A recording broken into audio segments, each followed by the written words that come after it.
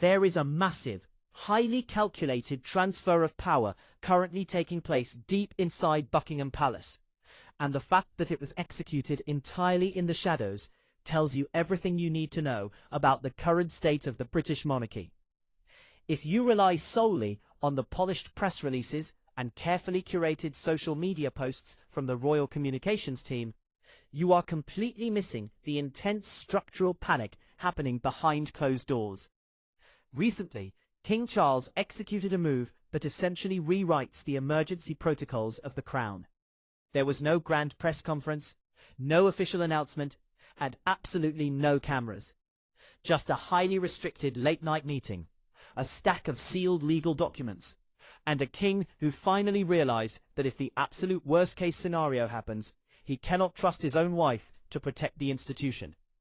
Drop your thoughts in the comments, smash that subscribe button, and let's expose exactly why Princess Anne just walked out of the midnight meeting holding the keys to the kingdom.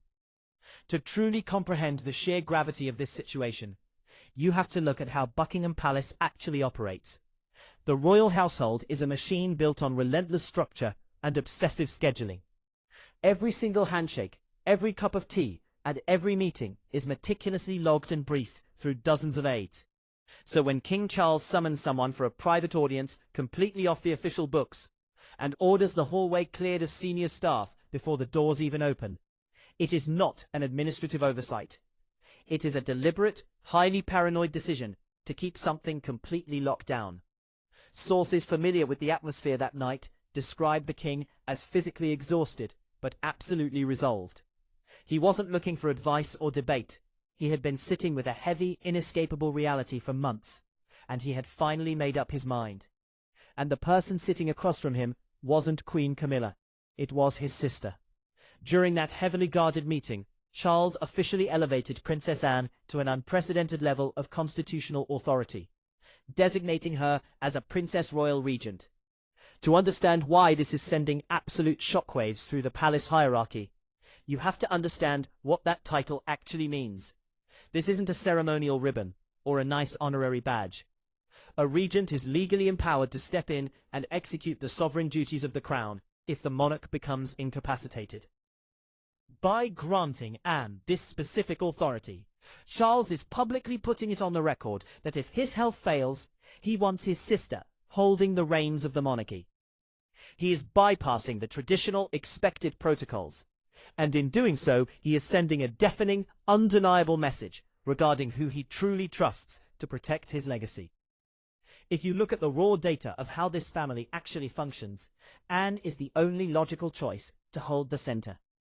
While the rest of the monarchy has spent the last 5 years drowning in PR disasters, Sussex documentaries, and constant image rehabilitation, Anne has essentially operated like an absolute machine. In 2023 alone, she executed a staggering 457 official royal engagements, significantly more than King Charles himself. She has been doing this relentless, unglamorous work since she was a teenager, and she genuinely does not care if the cameras are watching.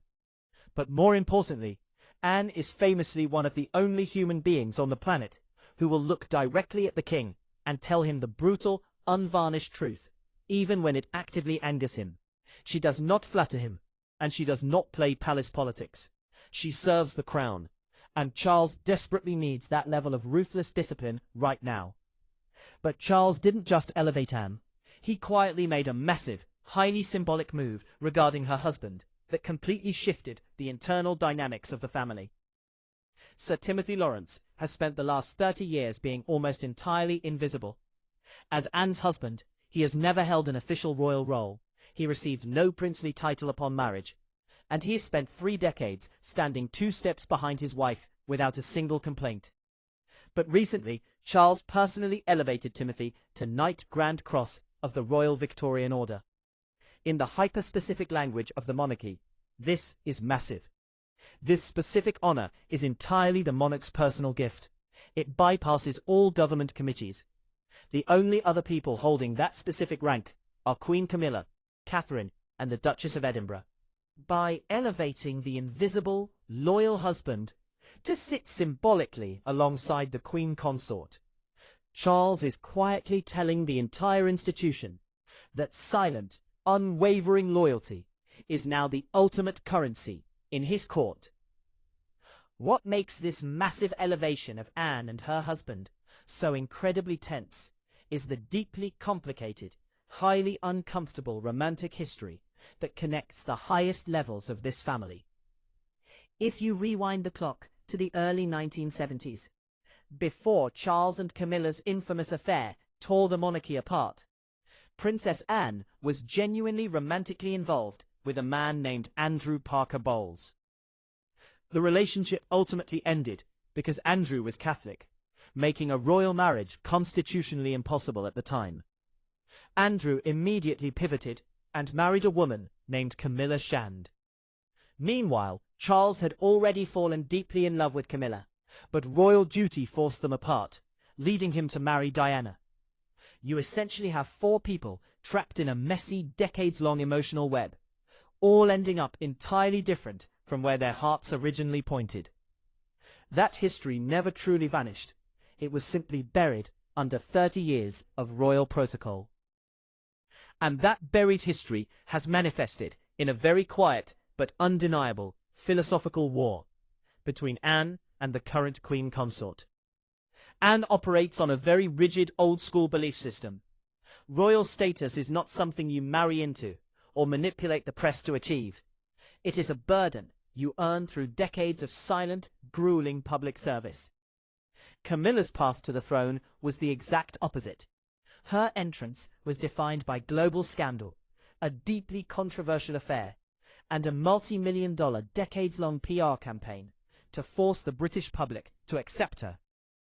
Anne respects the effort Camilla has put in over recent years, but she has never fully closed the emotional distance.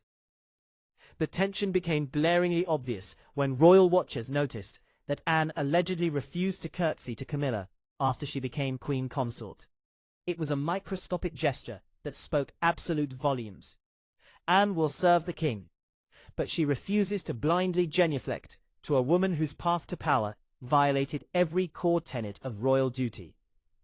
The reality facing King Charles right now is incredibly bleak, and he simply cannot afford to play into his wife's ego any longer. The front line of the working royal family is thinner than it has been in modern history. Charles is battling cancer. Catherine is navigating her own severe health crisis, and Harry and Andrew have been permanently exiled from the institution. The entire weight of a 1,000-year-old monarchy is currently resting on a skeleton crew, and Charles knows that if he physically cannot perform his duties, the institution will completely collapse if it is left in the hands of people focused on PR and popularity. King Charles isn't being dramatic. He is being terrifyingly practical. The midnight meeting, the regent title, and the quiet elevation of Sir Timothy are all part of a massive structural failsafe. He is looking at the grim reality of his health and actively building a fortress around the crown. And when he looked around the palace to find the one person strong enough to hold the walls together if the worst happens, he didn't look at his wife. He looked at the sister who survived a kidnapping attempt and told the gunman, "Not bloody likely." Do you think King Charles was right to bypass his wife and hand emergency powers to Princess Anne? Or will this massive power shift completely destroy the relationship between the Queen Consort and the rest of the family? Drop your most detailed theories in the comments below.